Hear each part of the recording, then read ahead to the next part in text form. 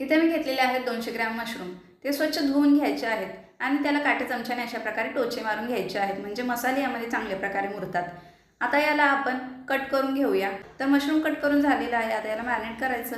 यावरती घालूया अर्धा चमचा लाल तिखट, 5 चमचा हळद, 1 चमचा धनेपूड, अर्धा चमचा मीठ, अर्धा चमचा काश्मीरी मिरची पावडर आणि 1 चमचा आले लसूण पेस्ट. आता हे सर्व मशरूमला व्यवस्थित लावून ठेवायचं आहे आणि 15 ते 20 मिनिटं मुरत ठेवूया.